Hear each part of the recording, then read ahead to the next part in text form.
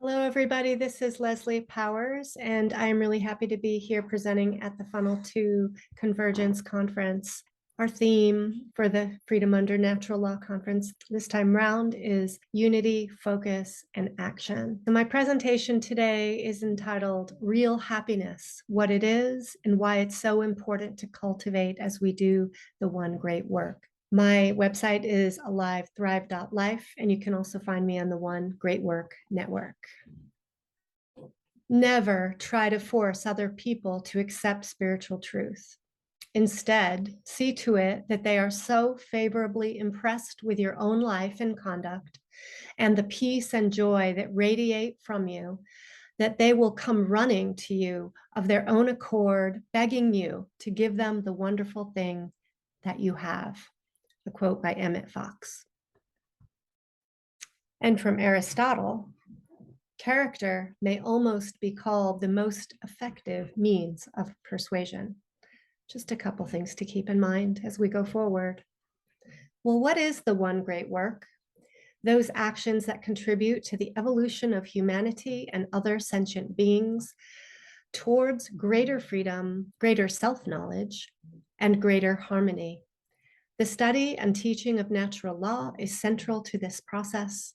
Ending slavery for all is the ultimate goal.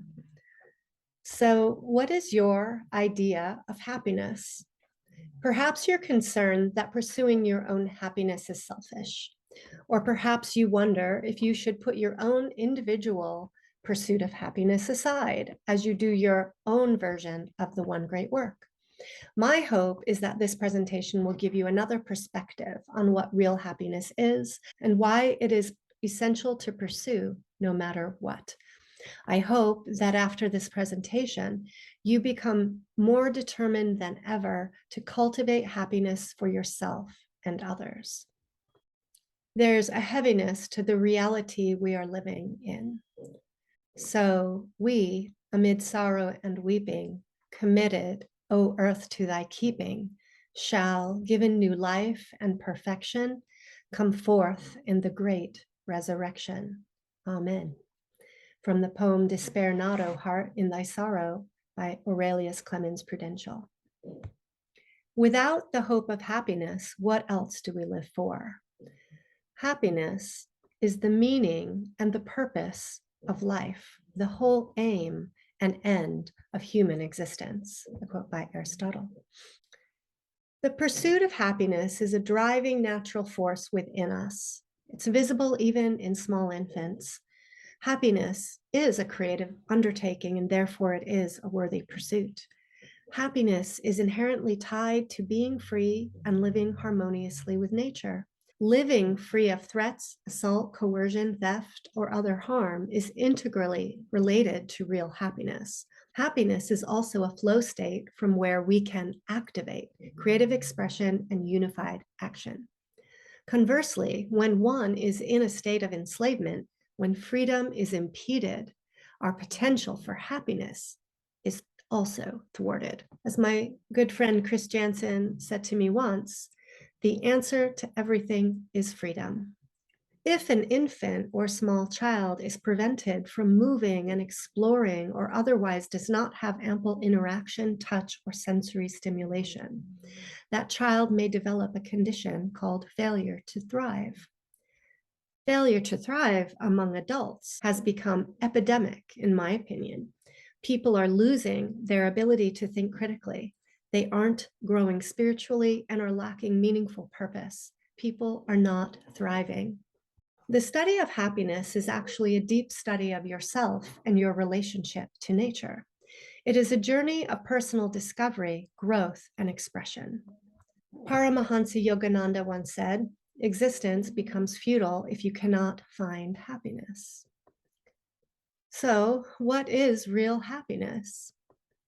Firstly, real happiness is not a mood. It is not pleasure-seeking, and it's not a transitory or short-term experience. It has nothing to do with material wealth or gaining power or social status. It is something much richer.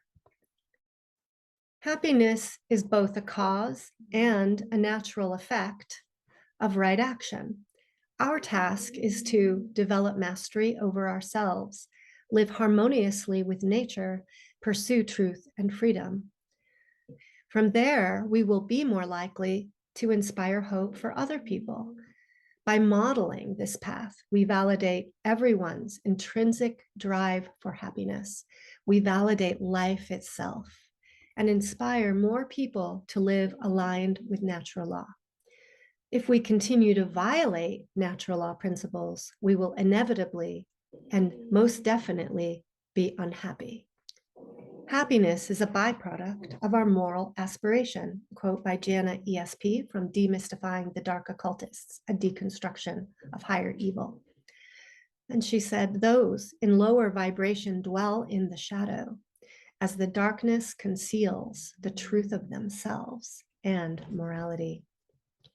And it is through learning occulted knowledge that we have the opportunity to gain understanding so that we evolve and grow wiser. From The Law of Success by Paramahansa Yogananda.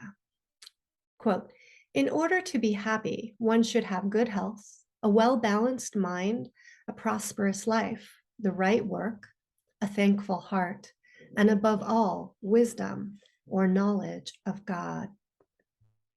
If you transgress the laws of health, prosperity, and wisdom, you must inevitably suffer from sickness, poverty, and ignorance. Success is not rightly measured by the worldly standards of wealth, prestige, and power. None of these bestow happiness unless they are rightly used. To use them rightly, one must possess wisdom and love for God and man. And finally, success should therefore be measured by the yardstick of happiness, by your ability to remain in peaceful harmony with cosmic laws. From The Science of Mind, a Philosophy, a Faith, a Way of Life by Ernest Holmes. Happiness. In metaphysics, it means a state of inner peace, a consciousness of the goodness of God and the beneficent attitude of the universe, a realization that joy can come to every man. It has a definite effect on mind, body, and affairs, a state of permanent joy. It is never the will of God or universal harmony that any man should be unhappy. We have a right to any happiness of which we can conceive, provided that happiness hurts no one and is in keeping with the nature of progressive life. From Stoicism, The Path of the Flourishing Existence. Stoicism holds that the key to a good, happy life is the cultivation of an excellent mental state, which the Stoics identified with virtue and being rational. The ideal life is one that is in harmony with nature, of which we are all a part, and an attitude of calm indifference towards external events. The Rosicrucian Creed for Happiness offers practical daily ways of emulating the cosmic. It states principles that help with self-mastery and enrich those who we have contact with. Happiness equates to obtainment of the good. Happiness is considered a birthright, always available to us, and is an expression of the Christ or cosmic consciousness. The Rosicrucian Creed for Happiness states, I shall begin each morning unafraid, and shall seek the wonderful gift that the day will bring. I shall be guided by intelligence rather than belief, and shall see truth and ignore no fact. I shall control my thoughts and guide them into the highest realm, holding my cherished ambitions and sacred ideals uppermost in my mind. And now from Theosophy and its concept of optimism. Theosophy is an esoteric wisdom, an ethical doctrine, a code of conduct, and a way of living. Theosophy states the path to wisdom is the path to happiness. Optimism and an inner happiness are the natural results of life if life is lived in a correct way.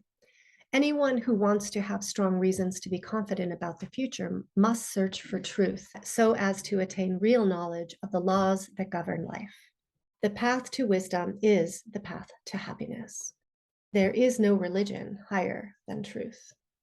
Sow an act and you reap a habit. Sow a habit and you reap a character. Sow a character and you reap a destiny. For each pain, there is a lesson, and these lessons can be learned in a conscious way if one sincerely looks for the causes of suffering. Confidence in the future is based on discernment.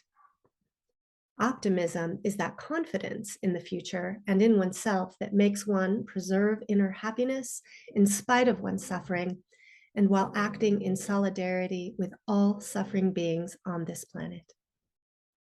Nature has an antidote for every poison, and her laws a reward for every suffering. Knowledge of how the universe operates equates to natural law, which empowers optimism, which equates to happiness. From Taoism, in dwelling, live close to the ground. In thinking, keep to the simple. In conflict, be fair and generous. In governing, don't try to control. In work, do what you enjoy. In family life, be completely present. Taoists, whose ultimate goal is to attain wisdom and become celestial beings, believe that happiness is not based on the richness of material life, power, or high social reputation, but on a healthy and happy life. Thus, they advocate that people follow nature's rules, be content with their current life, and take care of their own health. For thousands of years, Taoism has emphasized the idea that enough is as good as a feast, and believe that taking care of one's own health and living happily is the way to happiness. Therefore, the love of life constitutes the distinguishing feature of a Taoist view of happiness. Taoist philosophy also talks of balance of the three treasures for sustainable living. When Jing, Shen, and Qi are interacting harmoniously, individuals live life at peak capacity. Our body, mind, and soul become fully engaged. Jing energy, also called essence, the primordial energy unique to any individual, the closest Western counterpart is DNA or genetic material. It governs the developmental growth process in the body. Jing can be strengthened through diet, lifestyle, and herbal treatments. Qi, the most dynamic and immediate energy of the body, results from interaction of yin and yang, the gender principle. Is also called vital energy, primal energy, and life force. A healthy body is a wellspring of constant circulating qi moving around the body, in and out, up and down, bringing a sense of harmony and wellness. Shen, known as the psyche, mind, or spirit, is the driving energy behind the mental, spiritual, or creative planes of activities.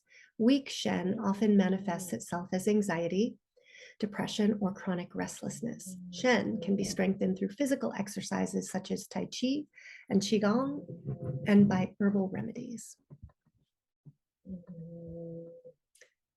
Follow the Noble Eightfold Path of the Buddha. Firstly, have right understanding, seek knowledge, have right thoughts, renounce selfish pursuits of insatiable desires, embody loving kindness or metta, embrace harmlessness, and cultivate compassion. Have right speech, speech which aligns with our thoughts. Have right action, avoid wrongdoings, no killing, stealing, or sexual misconduct. Have right livelihood, harm no one. Have right effort, develop consistently good habits through discipline. Have right mindfulness, self-observation, and self-understanding. Have right concentration, meditation, total focus, and deep contemplation. And then have equanimity, our awareness that we are more than our bodies, more than our perception of time, and more than our 5D senses. Equanimity can help us so that we don't drown in our emotions of sadness, anger, despair, or futility. It equates to a mental calm. Equanimity, from the Latin equanimitas, having an even mind, Equus, even, animus, mind, or soul, is a state of psychological stability and composure, which is undisturbed by experience of or exposure to emotions, pain, or other difficult phenomena that may cause one to lose the balance of their mind. Neither a thought nor an emotion, it is rather the steady conscious realization of reality's transience. It is the ground for wisdom and freedom and the protector of compassion and love. Mature equanimity produces a radiance and warmth of being. The Buddha described a mind filled with equanimity as abundant, exalted, immeasurable, without hostility and without ill will. Equanimity can be cultivated through mindfulness practices and meditation. Meditation is a reflective or contemplative practice of mindful presence and single-focused attention, either within or without. In stillness, one faces oneself. As equanimity develops, the mind becomes less easily disturbed by unexpected conditions or emotional states. Meditation trains the mind to be still, aware, and flexible, which results in increased states of composure, peace, balance, and self-awareness. Meditation enhances our consciousness. Meditation reduces cortisol levels and reduces the wear and tear on our bodies from the effects of stress. And yoga, a related practice, can assist us in finding flexibility, balance, strength, and clarity of body and mind. It's a good preparatory activity before meditation. From the Native American tradition, we find an emphasis on finding harmony with nature. The medicine wheel, sometimes known as the sacred hoop, has been used by generations of various Native American tribes for health and healing. It embodies the four directions, as well as Father Sky, Mother Earth, and Spirit Tree, all of which symbolize dimensions of health and the cycles of life. It recognizes that there is spirit in everything. Movement in the medicine wheel and in Native American ceremonies is circular and typically in a clockwise or sunwise direction. This helps to align with the forces of nature, such as gravity and the rising and setting of the sun. The four directions equating north, east, south, west are each in turn related to qualities of our being, such as the intellectual, receive with the mind, the air element, the warrior, the winter season, or the spiritual, determination, the fire element, the visionary, the springtime, or the emotional, giving with the emotions, the water element, the teacher, the summer. And finally, the physical, holding with the body, the earth element, the healer, the autumn. And at the center is the soul, the void, or the all. In modern wellness coaching, they utilize the wellness wheel as a way of looking at your life and then balancing the domains of your life, which we could represent as occupational, spiritual, intellectual, physical, emotional, environmental, social. It's a way of looking at your life and seeing where you're strong and where you're weak, so that you can build and cultivate habits to be more in balance. So as we do our internal work, seeking inner and outer harmony, our confidence and effectiveness rise. As we become in balance, our willpower is activated and our actions more aligned with our thoughts and emotions. We become empowered as people, teachers and influencers, expressing ourselves organically and creatively. This is a non-linear model. Here we'll see what Ayn Rand has to say about happiness. Happiness is not to be achieved at the command of emotional whims. Happiness is not the satisfaction of whatever irrational wishes you might blindly attempt to indulge. Happiness is a state of non-contradictory joy, a joy without penalty or guilt, a joy that does not clash with any of your values and does not work for your own destruction. Not the joy of escaping from your mind, but of using your mind's fullest power. Not the joy of faking reality, but of achieving values that are real. not the joy of a drunkard, but of a producer. Happiness is possible only to a rational man. The man who desires nothing but rational goals, seeks nothing but rational values, and finds his joy in nothing but rational actions. My interpretation of rational goals, values, and actions is the rationality of natural law, the Hermetic principles, the idea of cause and effect. So a behavior leads to a consequence. That is rational, and that's natural law. And by looking at natural law, that guides our moral principles, obviously. So what greater wealth is there than to own your life and to spend it on growing? Every living thing must grow. It can't stand still. It must grow or perish. My happiness is not the means to any end. It is the end. It is its own goal. It is its own purpose. All is mind, and there's power in the word. In the pre-Christian Germanic worldview, the spoken word possesses strong creative powers. As Scandinavian scholar Katharina Rodver notes, the pronouncement of words was recognized to have a tremendous influence over the concerns of life. The impact of a sentence uttered aloud could not be questioned and could never be taken back, as if it had become somehow physical. Words create reality, not the other way around. Almost every culture or indigenous people, there is some kind of emphasis on the word. So it could be the runes in Nordic tradition, seed syllables in the Vedic philosophy, the power of prayer in Christianity, power of affirmation in New Age teachings. The first agreement, from the four agreements in Toltec wisdom is be impeccable with your word. And that includes our thoughts, as well as the words we speak out loud. Think of the power of chanting, right? There's so much. Happiness must involve mastering our use of the word, which includes mastering our thoughts, our speech, and general communication with others. And here's a prayer. It's the Lord's Prayer translated from Aramaic directly into English, rather than from Aramaic to Greek to Latin to English. O cosmic birther of all radiance and vibration, soften the ground of our being and carve out a space within us where your presence can abide. Fill us with your creativity so that we may be empowered to bear the fruit of your mission. Fill us with your creativity so that we may be empowered to bear the fruit of your mission. Let each of our actions bear fruit in accordance with our desire.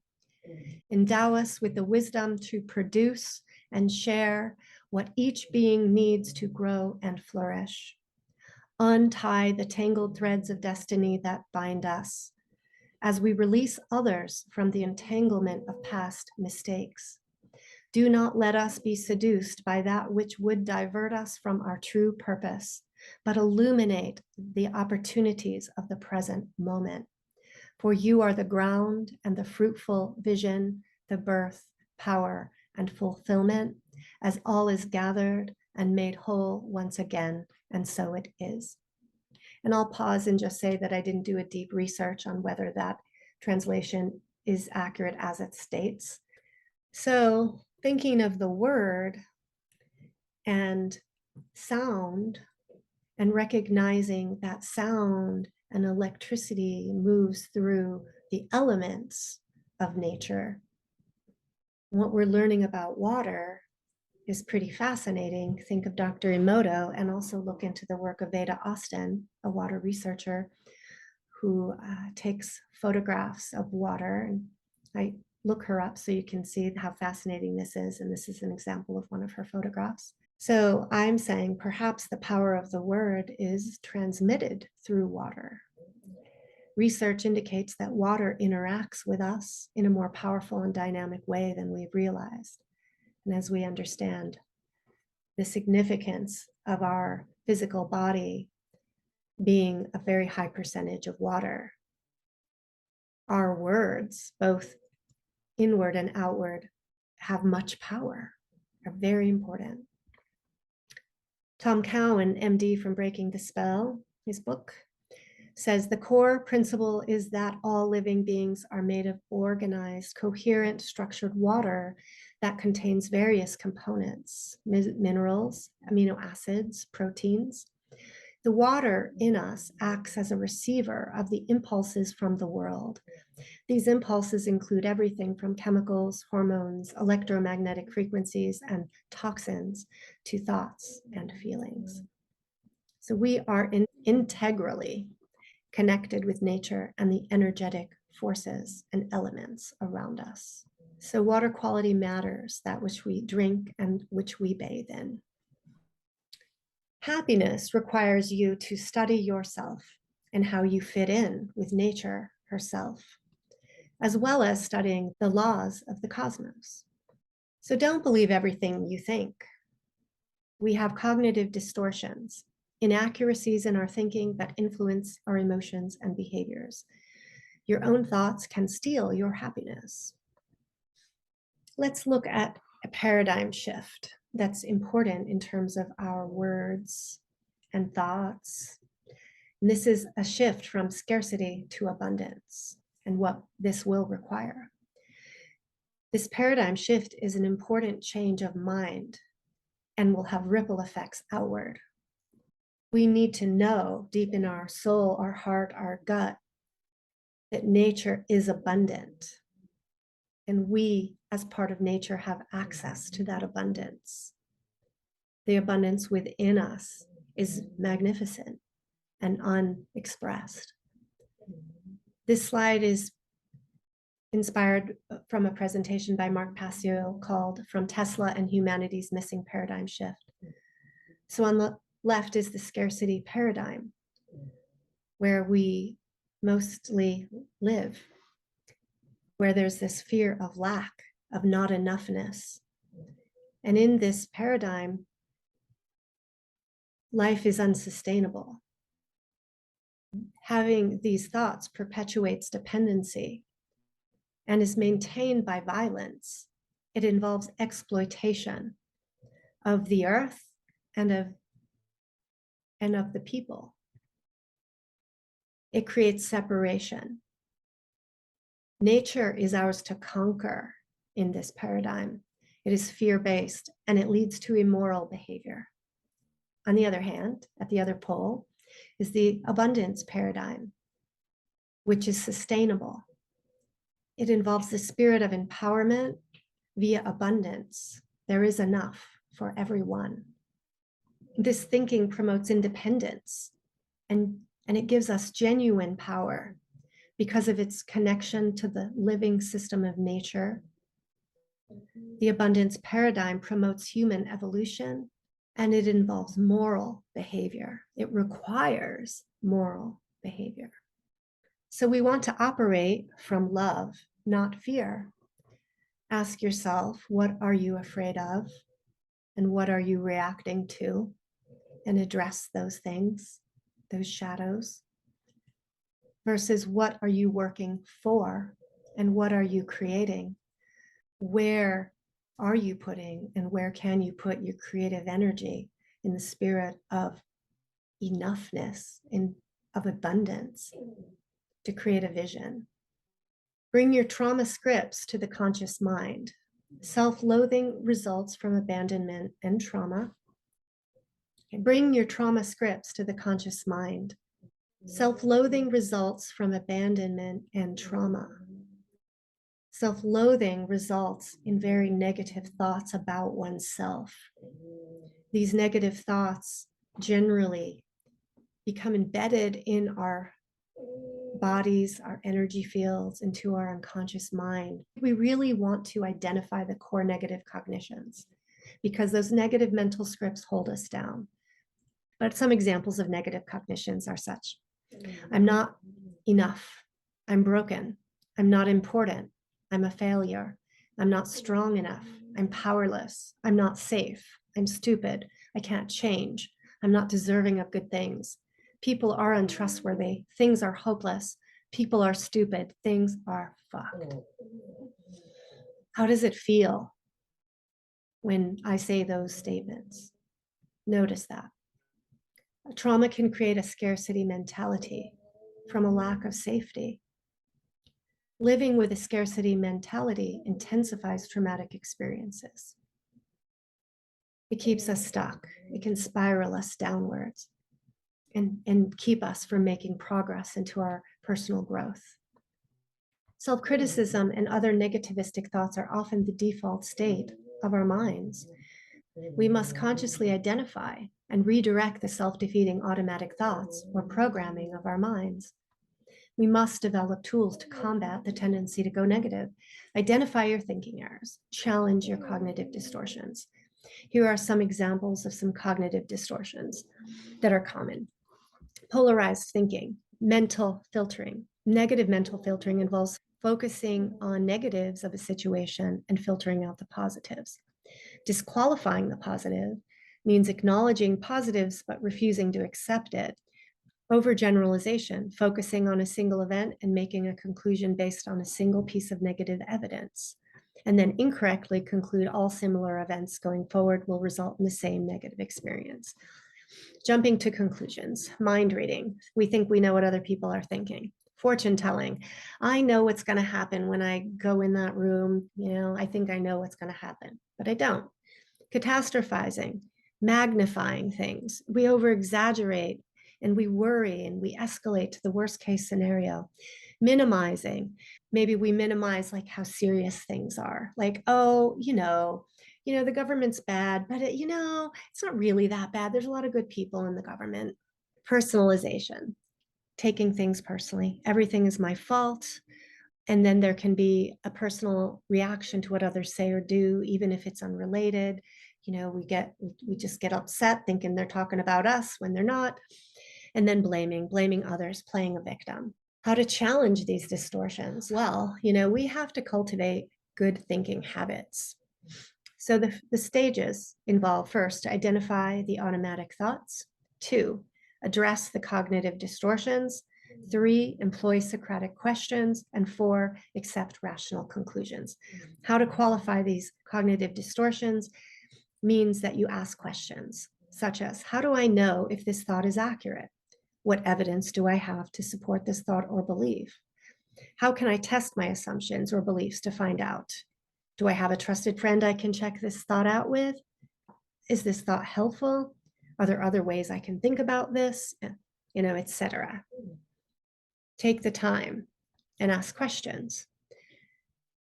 Cognitive replacement of distorted thoughts. Replacing trauma-based thoughts with intentionally chosen thoughts. This is thought switching, thought replacement. So some examples of corrective thoughts are, I am enough, there is enough, I have enough, I am whole and holy, I am teachable, nature is self-healing, I am a part of nature, I have inherent worth and importance, I am deserving of good things, I am safe in this moment, I can handle this, I am resilient, life has many potentials and possibilities, I have unique gifts to share, I am strong, I am worthy, and there is hope. So how does it feel after I say those words? Notice that. Your thoughts, if chosen wisely, are your primary tools for creating resilience. Master your mind. Develop awareness of your thoughts, reflect on and question them. Replace irrational thoughts and choose your self-talk. Monitor your talk through mindfulness. Consciously check in and self-reflect and notice your self-talk, notice your body. If we manage thoughts well, we can influence our surges of stress hormones and keep our thinking brains online. When we have good access to our thinking brain, we make wiser choices and experience more balance and harmony within ourselves and with others in relationship. From this place of balance, we activate more of our mind, body, spirit potential, where we can access our creative abilities and move towards self-actualization. We also need to know not to tell ourselves lies. There's a movie called Life is Beautiful about a family in Germany that is incarcerated at Auschwitz in the concentration camps. And the father who loves his son so deeply, is very creative in what he does to try to help his son get through this horrendous experience. And what he did is he told lies. He told stories to influence his son to think about what was happening differently. And this was a use of choosing your self-talk, planting seeds of self-talk that can help you survive a traumatic experience when you're in it. However, if we continue with some of those lies and stories, they're no longer good. They're no longer helpful. We want to be careful that we don't tell ourselves a story that is based on fear, because we don't want to face the reality, because that ultimately leads to harm.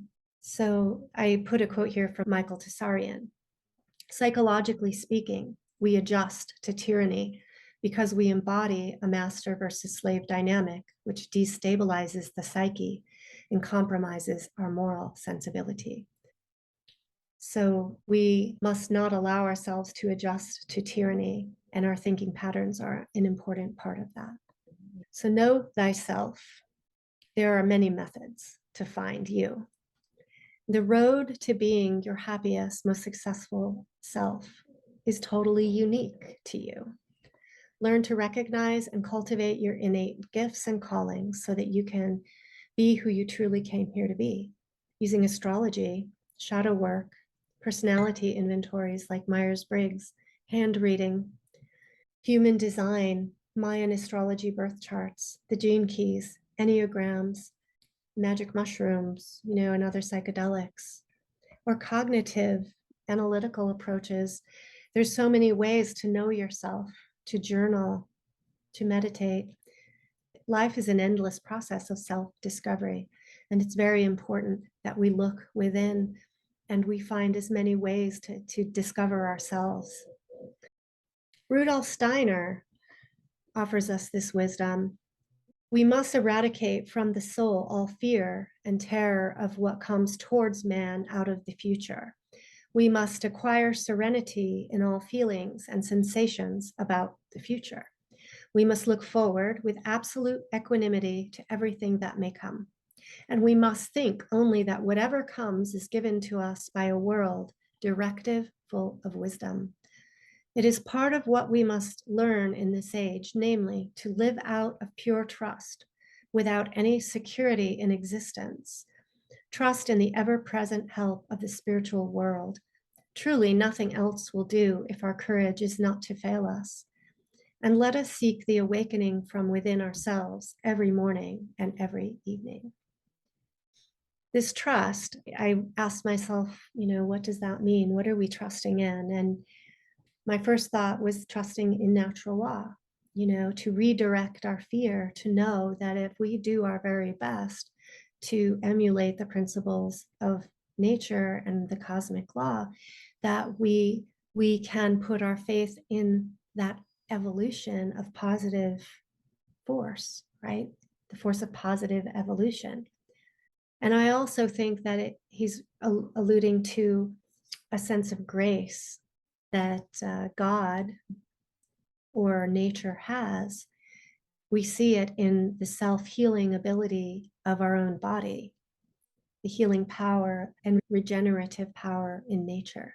So, very beautiful thought. And what can help us to be in this place of trust and faith is to develop gratitude and love practices. And here's one approach. And it's to savor and to increase the time in your life in which you are savoring good things and good thoughts. And so I encourage you to ask these questions regularly. What do I love? What do I love? What do you love? Think of something, someone you love. And notice that feeling of love and sit in it. And just breathe and feel that, savor that feeling. It's a good feeling, right?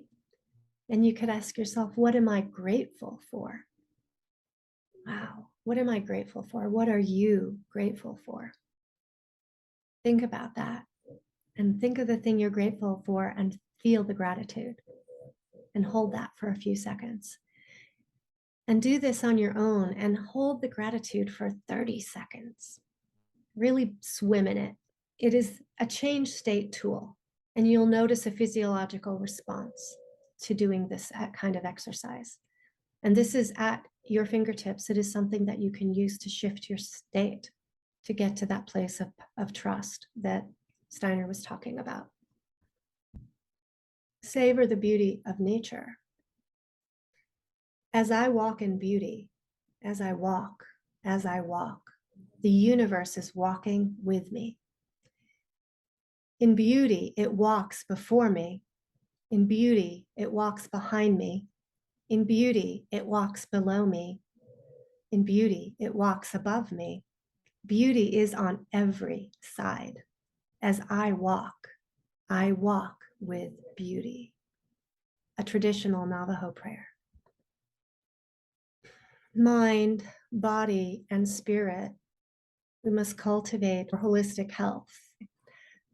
The aim of positive psychology is to catalyze a change in the psychology from a preoccupation only with repairing the worst things in life to also building the best qualities in life, a quote by Martin Seligman. And according to Carl Rogers, quote, the curative force in psychotherapy is man's tendency to actualize himself, to become his potentialities, to express and activate all the capacities of the organism. This force inside of all of us that we can't help but drive, it's there. It pushes us if we're left unhindered, unless we're messed with, right? Think about that. If you plan on being anything less than you are capable of being, you will probably be unhappy all the days of your life. Abraham Maslow. So self-actualization is growth motivated rather than deficiency motivated. This is self-love. Self-actualization is the realization of one's uniquely creative, intellectual, or social potential, a very personal experience. Self-acceptance and self-love is a prerequisite. Self-actualization includes consciousness of ourselves as spiritual beings. So keep perspective. We are spiritual beings experiencing ourselves in physical form. As David Icke says in his book, Everything You Need to Know But Have Never Been Told, if you don't become one with infinite awareness, you'll only perceive a little isolated me, powerless in the face of forces and events you cannot control. We are awareness, a state of being aware. Everything else is detail and illusion. We are not our body. We are that which is aware and experiencing through a body. Awareness, in the purest sense, has no form, but it can experience through form. In its most expanded state, it is not even energy, it just is. Embrace yourself as an expression of soul. Martha Graham says the body is a sacred garment. Socrates taught the idea that the soul animates the body of living things. Plato says, what is it that when present in a body makes it living? A soul. The soul gives life to the body, and this makes the body and the soul dependent on each other. Two different entities which are united in the body when the soul gives life to it. Both are important to creating and sustaining our lives. We are energy. We have an energy body. In our body, there exists a subtle current of electricity, very subtle. This is a quote by Osho. But the subtler it is, the deeper it goes. It is not very visible. Scientists say that all the electricity that is in your body, if put together, can be used to only light a 5-candle bulb. It's not much. Quantitatively, it is not much, but qualitatively, if it explodes, it has tremendous energy to it. Nourish your spirit. Living only in the physical, mental, and emotional realm makes energy limited. tap into the spiritual dimension, and the energy is limitless. So our spirit has some relationship to our emotions and our ability to feel, process, or metabolize those emotions. A quote by Emily Oram, a life and sexuality coach. Being human is not about feeling happy. It's about feeling everything. To fully feel is to be fully human. Feelings are energy and information. They inform us. They are energy. They communicate data to ourselves and to others. They are neither good nor bad. They are not to be avoided, but to be felt and surfed and moved through. The willingness to fully feel bestows a liberating emotional flexibility on us, says Pete Walker. Our feelings vitalize and enrich us to the degree that we accept them in their full diversity. The only pain that can be avoided is the pain that comes from trying to avoid unavoidable pain. R.D. Laing. From the Tao of Fully Feeling, Harvesting Forgiveness Out of Blame by Pete Walker. Human beings were not created to be permanently anything in their emotional experience. No one binds us to the rock of emotional perfectionism any longer. We can climb off and strive instead for more realistic emotional goals, a steadfast self-regard, one that is not diminished by emotional fluctuation, is something that we can all healthfully aim for and increasingly attain. Another quote by Pete Walker, the most common characteristic of adult suffering is self-hatred, and the most common focus of this hatred is our feelings. Most of us were attacked, shamed, or abandoned for being emotional at very early ages. Before we can remember, most of us were forced to renounce our feelings and hate ourselves for having them. If we are ever to requite our inborn ability to effectively love our children, we must first learn to love ourselves in all our emotional states. Clearly, if we are to find happiness as anyone alive who cares about the future of humanity, we must care about our children. And very central to helping children to be moral and healthy adults is to learn how to manage their feelings. And so as parents, we need to work on ourselves to be the proper role models for emotional health so that we don't have children who, when adults express this, they cauterized my feelings to stop the bleeding of my tears, and now I drown alone inside a pool that's hemorrhaged for years. Working with our emotions is important as part of developing a steadfast, positive self-regard. Embracing all our feelings is important. Monitor the patterns of your mind and body and include the somatic awareness as part of your mindfulness. And know that this is another place where you have some power when you put your awareness there. Focusing on the physical sensations in our bodies is an essential means to identifying the stored energy created by trauma and stress. Moving or releasing stuck energy in our bodies is essential for the processing and desensitization of trauma. So instead of the triangle, we now have 4 directions: our thoughts, our feelings, our physical sensations, which inform us of where the feelings are stored in our physical bodies, and our behavior and how we're coping or how we're avoiding the feelings, right? And this can include thinking errors and be part of a thinking error cycle. So this is where you want to look at the errors in your cognitions, the thoughts of I'm not good enough or people will judge me, and then map this pattern. I think this thought, and then I have a feeling of anxiety. And then I notice in my body that my chest is tight. And then to get rid of this, I get stoned right? Right, or whatever, and then I don't do the things that I was setting out to do, and then I have a thought that I'm just not good enough and I'm not successful and I'm never going to make it. And then I feel worse and I'm depressed, and then I get a headache. I can't sleep at night, and on and on and on, right? Watch for the spirals and the cul-de-sacs.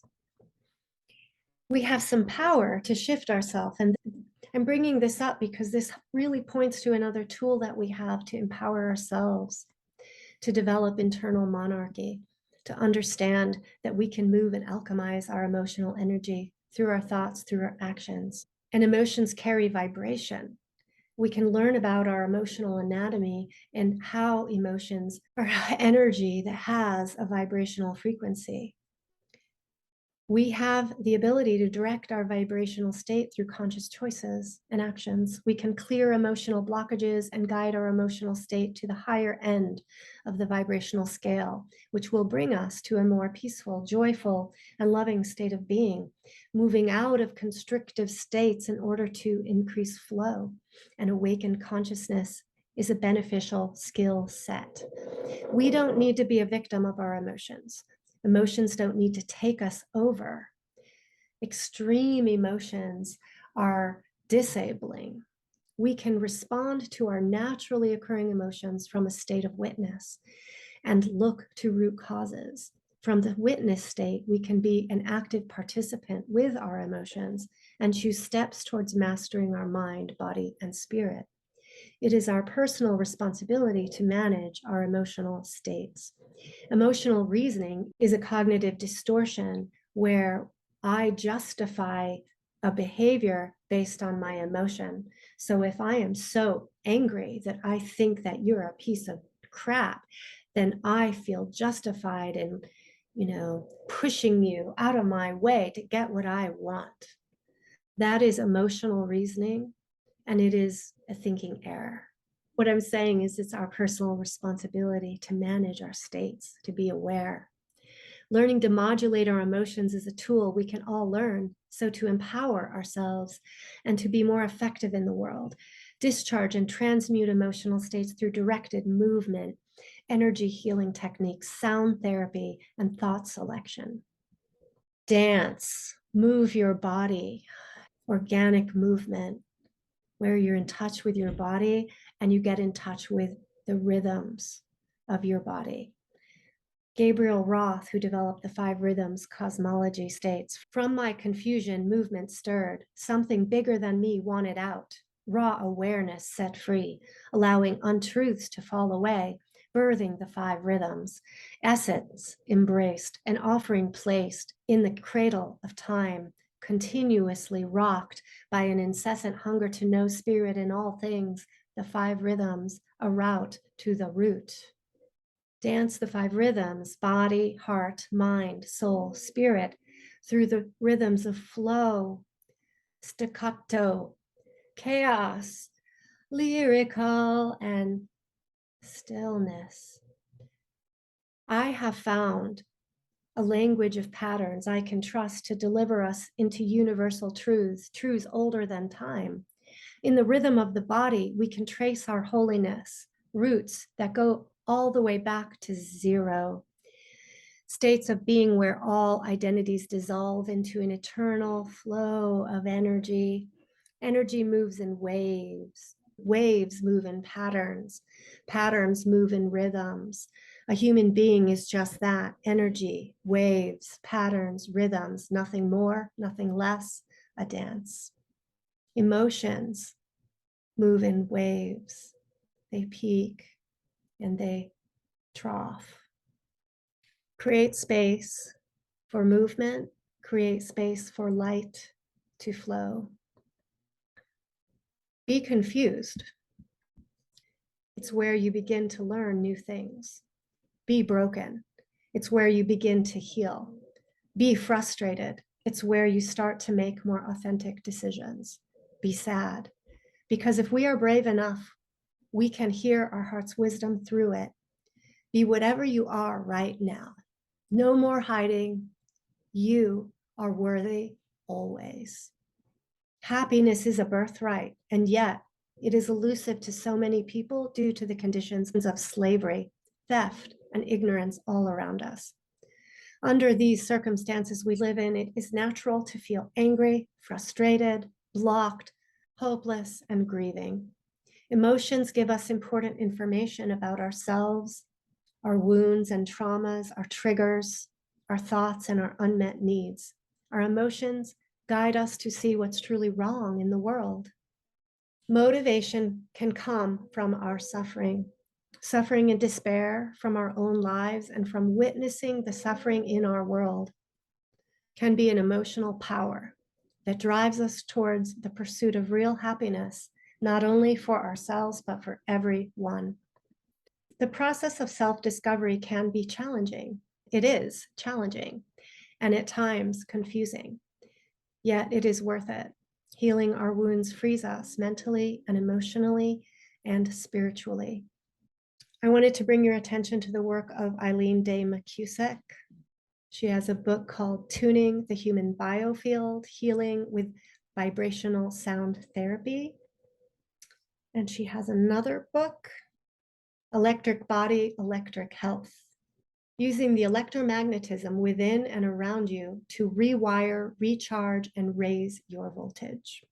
This is her rendition of the human biofield, the biofield anatomy, and how she determines through use of tuning forks to discover what's going on in our body, minds, and souls. I refer you to her books, but this is mind-blowing and amazing stuff that she's onto. And we are electric. She says, reduce the noise in your own signal. And this will bring you closer to source. So tune yourself up because we're light beings. Thoughts are electric, emotions are magnetic, thoughts affect emotions. Empower yourself. You are magnetic. We are energetic beings. We can tune our vibration, expanding our consciousness and align with the cosmos. Maybe we can do this with some laughter because having fun is so good. Through humor, you can soften some of the worst blows that life delivers. And once you find laughter, no matter how painful your situation might be, you can survive it.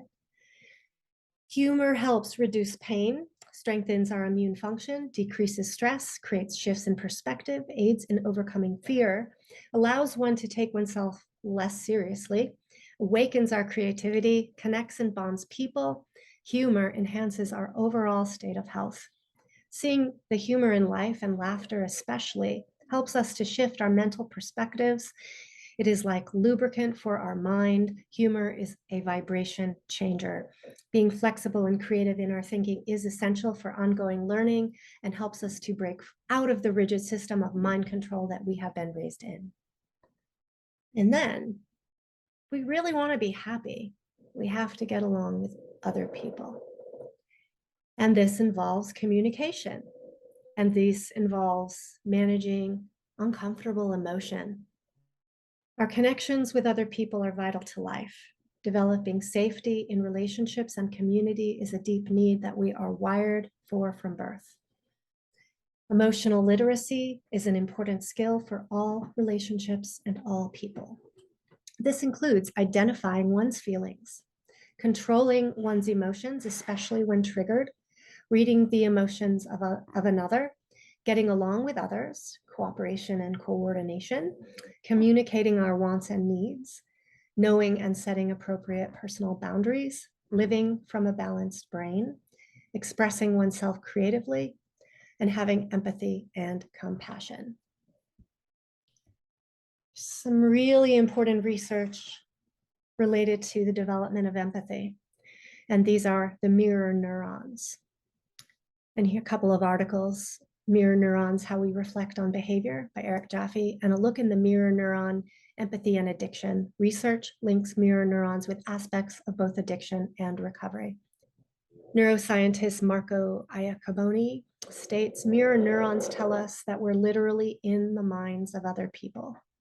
We are social beings, a quote by G. Rizzolatti. Our survival depends on our understanding the actions, intentions, and emotions of others. Mirror neurons allow us to understand other people's mind, not only through conceptual reasoning, but through imitation, feeling, not thinking. We have approximately 100 billion neurons in our brains, and each one makes numerous connections to the other neurons or other cells. These neurochemical impulses allow the neurons to communicate with each other so that we can move and process information. Neurons allow us to react to our environment. These cells allow us to learn through imitation so that we respond not only to our own internal states or environmental stimuli, but to actions, movements, and emotional states of other people. If you're thinking this might also be related to our ability to empathize with others, i.e., we observe the emotional experience of someone else and then connect with that emotion within ourselves, then you would be correct. So the word selfish has been really inverted and abused. It's been used as an emotional warfare. And I'm turning here to some work inspired by Ayn Rand on her work, The Argument Against Altruism, When Selfishness is Not Selfish. A person who stands up for his or her own rights and preferences is often labeled as selfish and deemed a potential threat to the collective. This is false and an inverted conclusion about someone who stands up for their personal interests. It is a fallacy to idealize putting aside one's rights for a false concept of the collective good, which doesn't actually exist. According to Ayn Rand, this demonization of selfishness is the actual danger, due to the resulting loss of personal rights, which can result in allowing a state of communism, which threatens to violate all persons' freedom. Selfish simply means that one cares for oneself and has a concern with one's own interests. In itself, being selfish doesn't mean that one is a threat to another person's needs or rights. There should be no moral judgment when a person prioritizes his or her personal desires or interests. The proper judgment is relative to how a person's behavior respects or disrespects the rights of other people. Morality is the key that makes all the difference. Ayn Rand quotes, "The first step is to assert man's right to a moral existence, that is, to recognize his need for a moral code to guide the course and fulfillment of his own life." The reasons why man needs a moral code will tell you that the purpose of morality is to define man's proper values and interests. That concern with his own interests is the essence of a moral existence, and that man must be the beneficiary of his own moral actions. Self-love is not evil. There is an inversion going on. Satanism is serving one's ego needs, ego desires, without consideration of others. Self-love is protecting oneself and one's needs when making decisions, and while also considering the needs of others, recognizing that we are all equal and interconnected. The man who does not value himself cannot value anything or anyone, says Rand. And remember, the individual is the smallest minority. I like this quote from Mark Passio. A melting pot is a bad idea. We need to retain our individual identities. I certainly don't want to melt in with everyone else and lose my personal identity or my integrity. Defending your individual self is self-love. Recognizing and standing up for oneself is displaying the self-defense principle and is a right of all individuals. Having compassion for oneself is equally as important as having compassion for others, and it is related to one's capacity for empathy. For me to see you and see your pain, I need to know what pain feels like. Withholding good from oneself breeds resentment and works against freedom for all. It leads to lashing out at others, to feeling the victim. Loving and valuing yourself is important because everyone's needs are important. Your self-love represents that. Do not initiate violence against other sentient beings. There will always be an effect to every cause. The result of doing harm to others will inevitably result in the stealing of real happiness. And here's some quotes from Michael Tsarian. Following the pleasure principle does not create happiness. One must be careful that by pursuing one's happiness and pleasure, one isn't giving up their internal monarchy for the excessive indulging of one's pleasure desires. This will backfire and make the controllers more strong.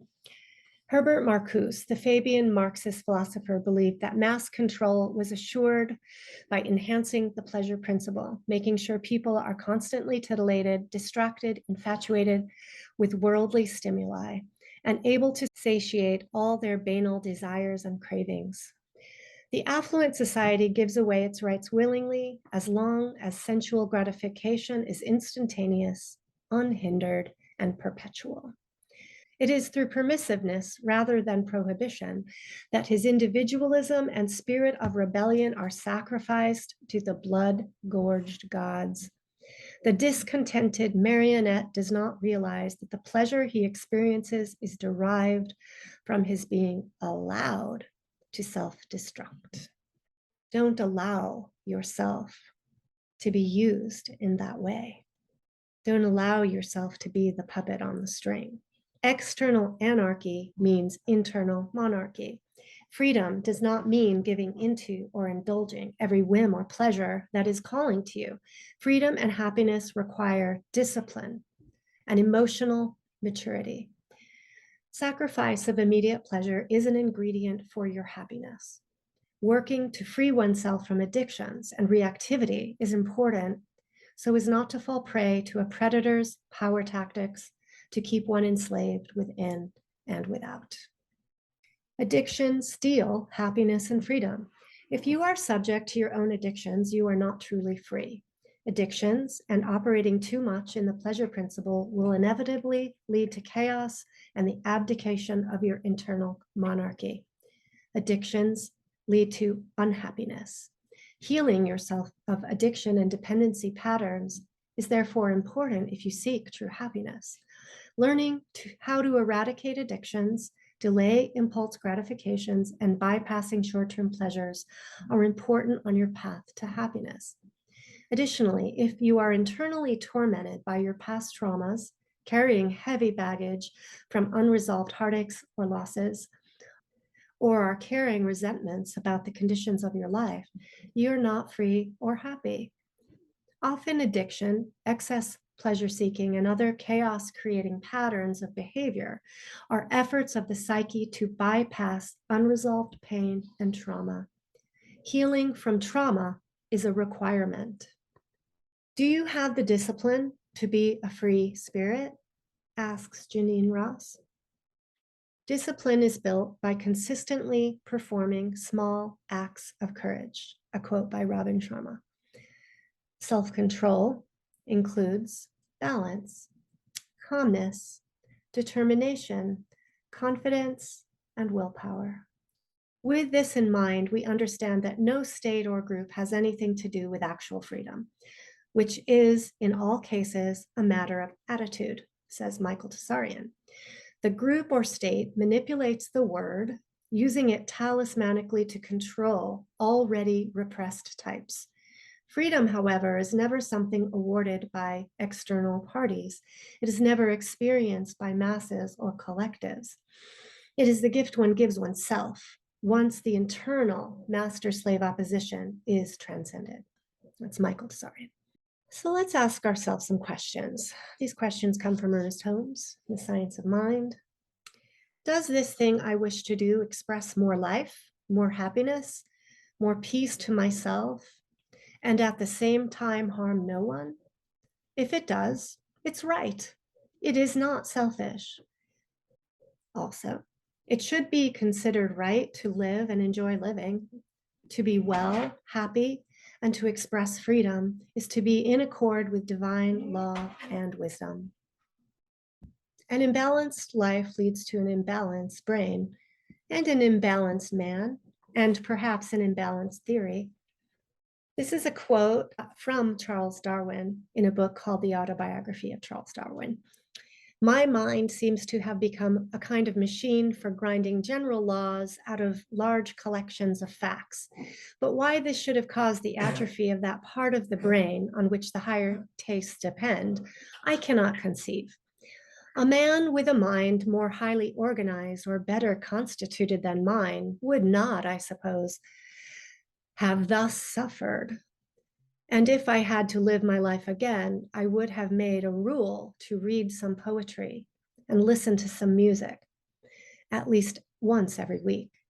For perhaps the parts of my brain now atrophied would thus have been kept active through their use. The loss of these tastes is a loss of happiness and may possibly be injurious to the intellect and more probably to the mortal character by enfeebling the emotional part of our nature. So this reminded me of the balanced brain image, a slide of Mark Passio's on consciousness having both the masculine and the feminine aspects, the intellect and the intuition, and how important it is to cultivate both sides of the brain. And so, Charlie, this is for you. She walks in beauty. She walks in beauty like the night of cloudless climes and starry skies. And all that's best of dark and bright meet in her aspect and her eyes, thus mellowed to that tender light which heaven to gaudy day denies. One shade the more, one ray the less, had half impaired the nameless grace which waves in every raven tress, or softly lightens o'er her face, where thoughts serenely sweet express how pure, how dear their dwelling place. And on that cheek and o'er that brow, so soft, so calm, yet eloquent, the smiles that win, the tints that glow, but tell of days and goodness spent, a mind at peace with all below, a heart whose love is innocent. By Lord Byron. Don't stagnate.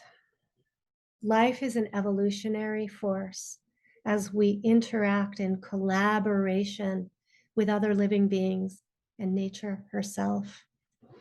Evolutionary force that brings more complexity, more diversity, more consciousness, more morality, more freedom, as opposed to the involution, the adversarial dynamic in nature, which leads to stagnation, degeneration, more chaos, less complexity, more uniformity, less consciousness, less morality, less freedom. This is inspired by Mark Passio. So with determination, let's pursue a meeting place for our knowledge, skill sets, creative expressions, holistic health practices, deepest heart desires and loving connections, where we can live according to natural law principles and follow our calling to do good work in the world. We will all reach an increasing state of happiness the more we work in unity. If our choices are impeded and we cannot expand into life, then we will stagnate and thus be unfulfilled. Without freedom, we are unable to live fully and become thwarted from our full expression and thus our full happiness. Be careful that you're not enslaving yourself. So, what steals our happiness? That which steals our freedom. The interrelationship between natural law and human free will is what creates our experience on earth. The boundaries we set also create our reality. We share the same energy soup. The sum of all our choices determines the overall level of freedom and happiness for the human species. For what one person does or does not do has rippling consequences for our species as a whole. On some level, happiness will be our just reward for the sacrifices made in the name of freedom for all. Happiness is intertwined with having personal purpose and the freedom to step towards that purpose while being in alignment with the principles of natural law. Happiness as a species requires us to recognize our interconnectedness with each other and with Mother Earth herself. Real happiness becomes elusive when other living beings are in bondage. or they are suffering through the hands of other humans. When others suffer, I suffer. We need to stop the trauma cycles. So, what are we to do? John Burroughs says, for anything worth having, one must pay the price. And the price is always work, patience, love, self-sacrifice. No paper currency, no promises to pay, but the gold of real service. The law of sacrifice says that you cannot get something you want without giving up something in return. In order to attain something you believe is of greater value, you must give up something you believe is of lesser value. A quote from Brett and Kate McKay from their article, The Law of Sacrifice. The definition of sacrifice is to forfeit something for something else considered to have a greater value. So I value time out on the lake on my paddleboard. I could easily do that in all my free time. However, I have other things that are of very high value, things of importance to do, such as create this presentation. And if I want to make this presentation and I want to inspire and share or teach, I need to give up something else in that time period. So that is a part of our sacrifice. That is based on purpose. The secret of happiness is freedom, and the secret of freedom is courage. And from Germaine Greer, freedom is fragile and must be protected. To sacrifice it, even as a temporary measure, is to betray it. To obtain freedom in the world as it currently is will require the focused effort of a large number of courageous individuals who remain steadfast in living according to principle. This stand will include sacrifices that may be felt as hardship. However, through this sacred sacrifice, we will pave the road for ourselves and future generations to live in peace and freedom, and thus experience robust happiness due to the sacred value of our purpose and energetic gift. Choosing to cultivate real happiness occurs through living in alignment with nature and using our willpower to manage the hardships of our dedication to purpose. This is a triumph of the human spirit, a triumph over the dark forces which seek the destruction of our true potential for happiness through their promotion of superficial pleasure pursuits and vacuous activities that steal our time and drain our attention. So, as Ernest Holmes in The Science of Mind says, the road to freedom lies not through mysteries or occult performances, but through the intelligent use of nature's forces and laws. The law of mind is a natural law in the spiritual world. We must persevere. Choose wisely how you spend your energy. Don't burn out. Your time and energy are valuable and needed in the world. Through your vibration and your actions, you impact everything around you. Remember, you are inherently valuable and powerful. Guidelines for living in pursuit of real happiness. Live in harmony with natural law principles. Seek knowledge and identify patterns. Know your rights and everyone else's, they're the same. Live in alignment of thoughts, feelings, and actions. Take care of yourself holistically. Tune your energy. Spend time in nature every day and celebrate being alive. Eat organic plant-based foods and drink pure water. Detoxify. Cultivate healthy connections with people. Be humble. Make course corrections. Find purpose and keep growing. Be focused and disciplined. Manage your mind and your time. Contribute and express with joy, recognizing the impact of your actions on all life. And here's a perspective, again from Ayn Rand. It is not death that we wish to avoid, but life that we wish to live. Know what you want in life and go after it wholeheartedly, I added. Have integrity, the quality of being honest, and having strong moral principles, moral uprightness. This work is not glamorous. The reward is in doing it anyways. Now, not in some afterlife. Activate the sacred technology, which is you. What do you really want? Are you clear? Are your actions in alignment with your intentions? Are you living in your true power as a human being, taking full responsibility for your impact on yourself, your loved ones, and your community? Are you actively working with yourself, with your personal energy to keep it clear? Are you connecting your heart to others? Are you facing the repressed pain of your past disappointments and traumas? Are you healthfully metabolizing your stress on a daily basis? These are important questions to ask yourself and to work on. Let's strive to die happy with ourselves.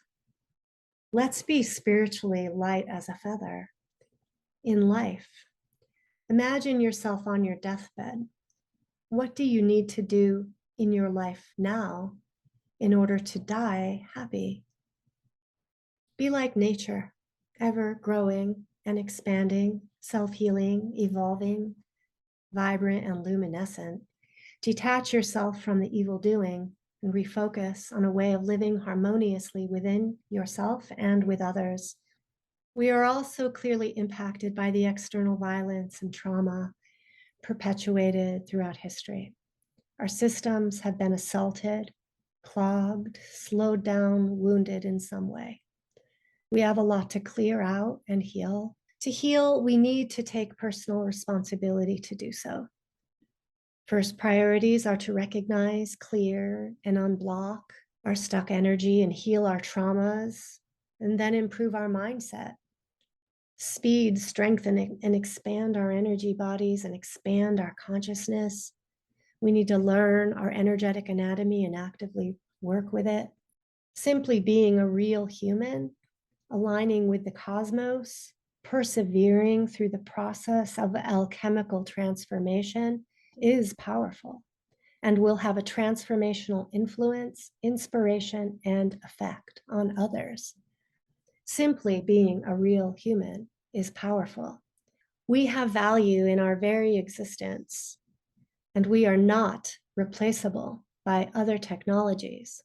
Self-compassion and self-love are equally as important as loving others, the earth, truth, etc. As we move stuck energy, expand and integrate, our energy field comes into congruence, into harmony, and we more closely embody the potential of our humanness in resonance with the incredible power of nature. Loving from this clearer state will inevitably create rippling waves of positive influence. We are the center of our own expanding energy star. The more of us living in this state of alignment and expansion widens the circle of influence, and our unified signal becomes stronger. It is an unfortunate fact of life that the means will always shape the ends. No matter how noble an end may be, the final result will always resemble the means used to attainment. One must scrutinize the actual day-to-day means being used to reach the goal. A quote by William Bradley in Gods of Eden. And I kind of was getting into him as I made this presentation, so this and the next slide are from him. Because verifiable spiritual phenomena seem to be consistent from person to person and from time to time, it is probable that all spiritual realities are rooted in consistent laws and axioms, just like astronomy or physics. If someone were to discover and methodically outline those laws and axioms, he or she would be doing a great service. Would a person who did this be a messiah? Are we each meant to be a messiah? What's a messiah? The word messiah has had several meanings, from simply teacher to liberator. How do we identify such a liberator? That person must earn the title. It is not God-given. It forces any person who would claim the title to actually bring about peace and spiritual salvation. because such a prophecy is not going to be fulfilled unless someone causes it to happen. So we must start with ourselves and strive to live by principles and demonstrate with effectiveness that lex rex, law is king. One need not be a saint or live perfectly, however. Back to Bramley, he says, it follows that a person who might discover a route to spiritual salvation may not be a saint. In fact, it is more likely that such an individual would exhibit as many character flaws as any other person. The test to determine if a route to spiritual recovery has been developed is not the personality of the discoverer. The test is whether that route truly and clearly brings about spiritual recovery in others. We are a cause, our effect is our legacy. Our effect, our outcome, the fruits of our labor. We are creators. And nirvana is that state of existence in which the spirit has achieved full awareness of itself as a spiritual being and no longer experiences suffering due to the misidentification with the material universe.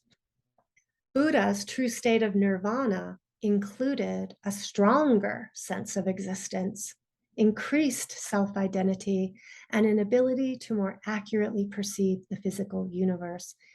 So we are to embrace our physical form, to embrace our lives and existence as a human on this three-dimensional plane, and to embrace and love and fully live into nature.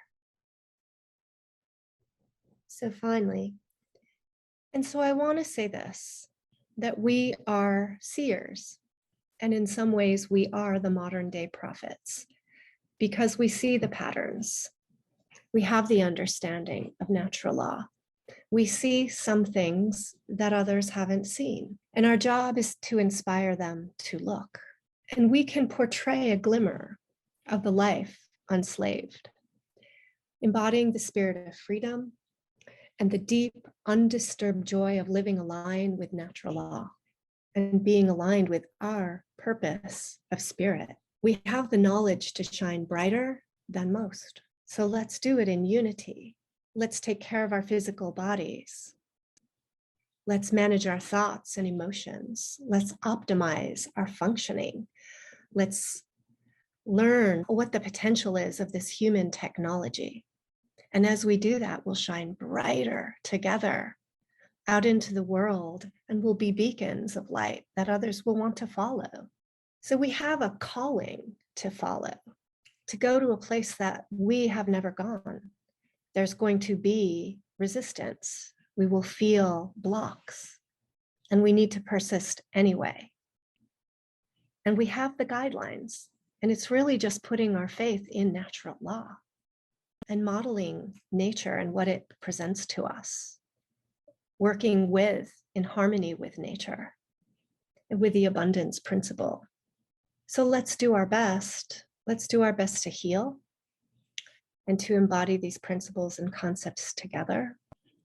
Let's live with integrity and humility as we do our healing work, as we seek holistic health, as we are imperfectly traveling along our paths. Let's support each other. So I wish for you that you live long, that you live well, and that you die happy, with how you choose to live your life. And in the words of Cardi B, I hope you get what you're dying for. Thank you. My website is alivethrive.life. You can find me also on the One Great Work Network. My little slogan is released from trauma, guided by principles, empowered by freedom.